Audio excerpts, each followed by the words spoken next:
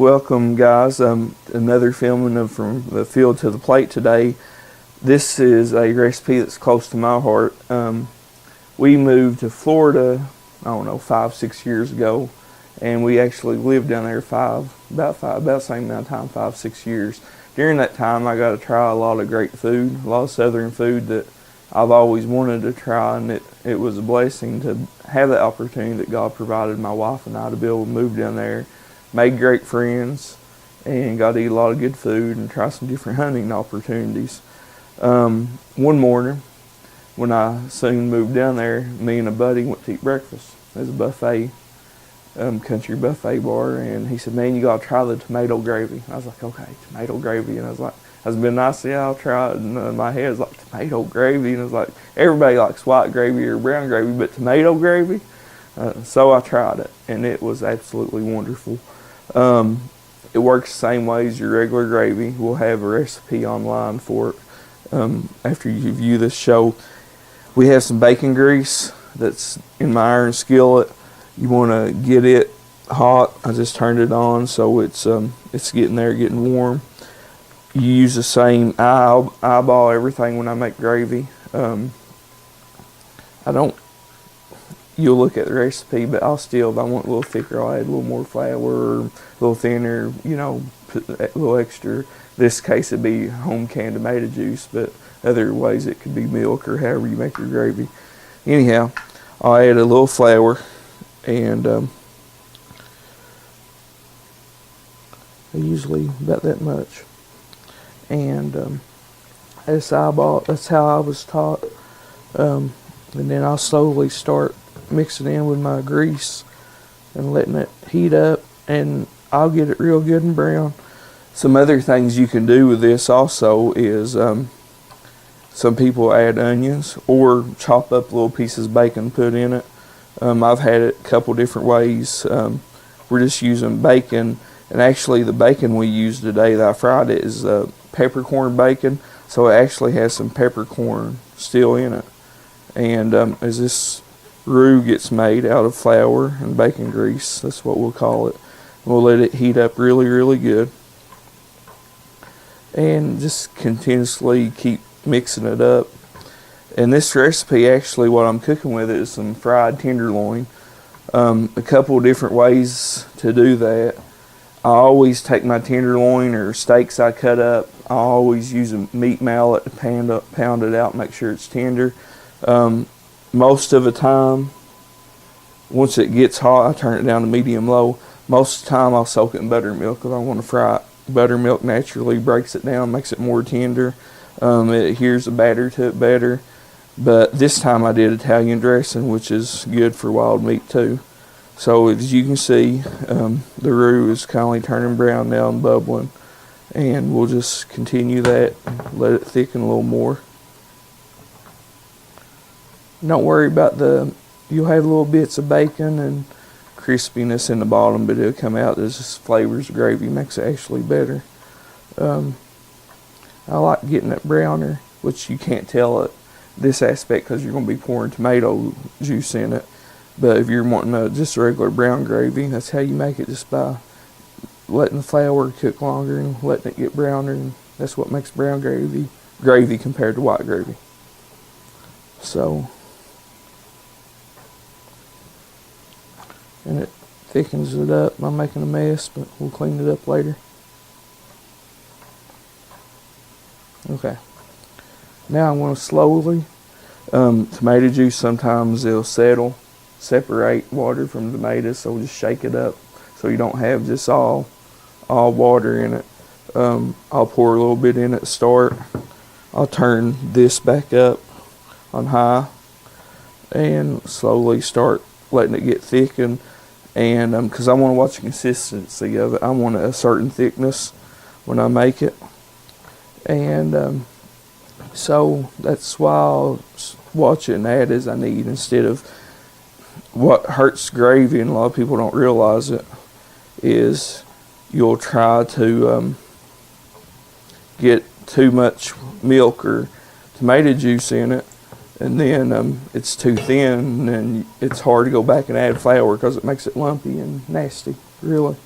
So I slowly get it up and going. Just your heat. If you're using a stove that you don't cook on as much used to, just really watch it. That's why I keep mixing it. I always make my gravy first. Once you get the gravy done, you can turn it down on very low and let it sit there and simmer, and it doesn't hurt it.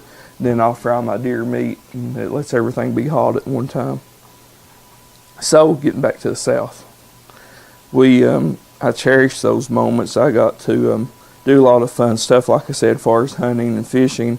They deer hunt totally different down there where we was at. There are a lot of swamps, brushy areas, so they hunt with dogs. Actually let the dogs go in, chase them out, and people set up different spots and try to shoot them. I never did kill one that way, but I sure did enjoy the aspect of it and what they enjoy doing. You know, different parts of the country, they do things differently, and that's how they did it where we was at. But it was always fun because we'd either have a big bag of fresh oysters for those like oysters, and we'd set out talk hunt and eat oysters and just have a blast and have fun and enjoy everything. So, you know, hunting is more about than killing to me. It's about the memories that you make in the field. And I always cherish those memories because you can have a few good hunts, and it's like you have them a lifetime of hunting because you can always reflect back on those times in the field with friends, and nothing can ever replace that. So that's one of the enjoyments. If you can see this now, it's getting a little thicker, and that's what we want. I always take my time when I make gravy because I want it to be good and want it to be right. And I don't like messing up on it. I always feel my mama or someone will be looking down on me and be mad if I make bad gravy. So we'll do a good job on it. Once you get it to a consistency you like it, I actually got some crushed.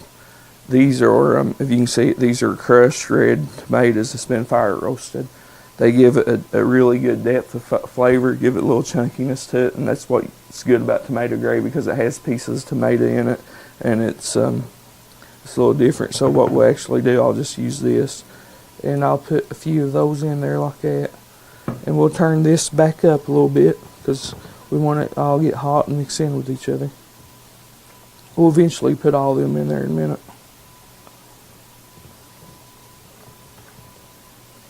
This is super good on biscuits, just like regular gravy. For breakfast, I know a lot of people, when they cook breakfast, they like slicing some tomatoes up with their breakfast, and this way you have it all in one big thing. I'm going to address these tomatoes, and I want to finish, like I said, I already turned it up. I want to incorporate this in there. And when we incorporate all this together and get it where we want, we're going to put it on simmer. And we're going to let it sit here and simmer and heat up and cook while we cook the venison deer meat. And then we'll plate it in a little bit. Welcome back. We got our tomato gravy done. It's on simmer. If you can see it, it's how I like it. Not too thick, not too thin. Smells good. Has a real good tomato flavor, and you can smell it. Where you use the fire roasted tomatoes and home canned tomato juice, it gives it a really good flavor. One good thing about, remember, if you do use canned tomato juice, a lot of times you need to add sugar to it along with salt and pepper, so remember that. Next, we're going to fry our deer meat. Like I said, I let it soak overnight in Italian dressing. You can use buttermilk, which I prefer most of the time when I'm frying it.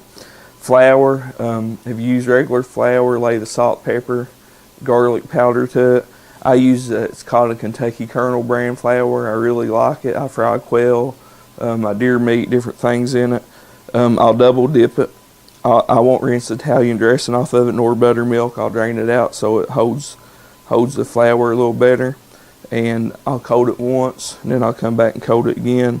I'll turn my deep fryer up to about 375 because you're going to lose 20-30 degrees as it cools down from putting meat in it. And so we'll get this frying here. I don't put a lot of batter on it. Some people likes it with a lot of flour and batter. I don't, but that's just a personal preference. It's whatever you like. So we'll get a good batch frying here.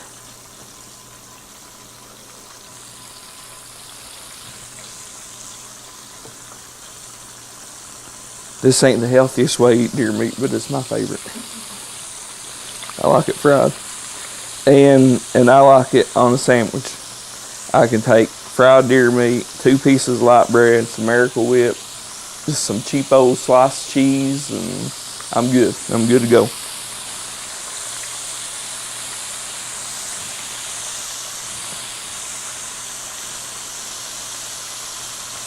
But we about got all we want to put in there right now to fry. They'll leave us a few pieces fry in a minute.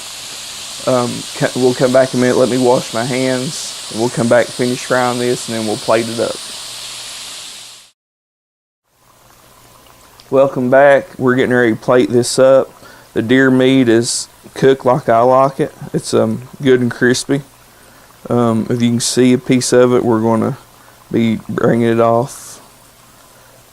Don't want to drop it on the counter, but it's perfectly cooked. It's good and crispy.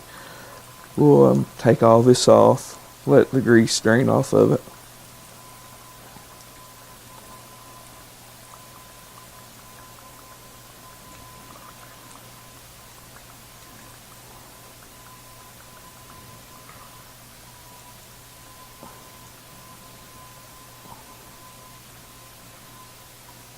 Okay.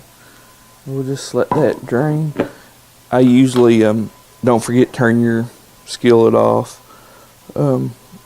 electric skillet. I go ahead and unplug it so I don't trip over it in a minute. It's always safety first. Let's move this out of the way. Okay, here's how I like plating it. I didn't tell y'all at the beginning of it, but I got a really hot cast iron skillet, a small one that I like to use. I always use it for stuff like this. I put it in the oven, let it get super hot. It's actually smoke and bring it out, let it cool back down. What this does, it keeps your deer meat warm, your gravy warm, because when you put stuff like this on a cold plate, it automatically gets cold, and no one likes cold gravy or cold deer meat. To plate it, I'll just put 3 or 4 pieces in it like this.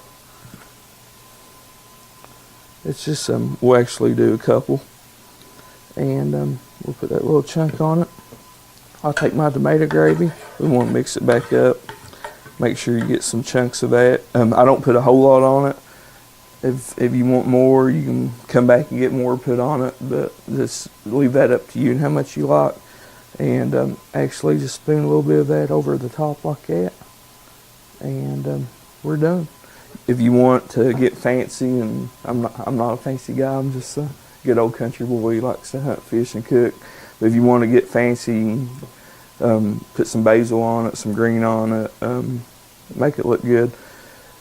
There are many things you can serve this with: mashed potatoes, fried potatoes. Just any kind of sides, corn, green beans. It's just sort of like country fried steak, but it's southern tomato gravy, deer steak, whatever you want to call it. But it's something that I took from the South that I brought back up to Kentucky with me, and I like using my southern influences for my style of cooking.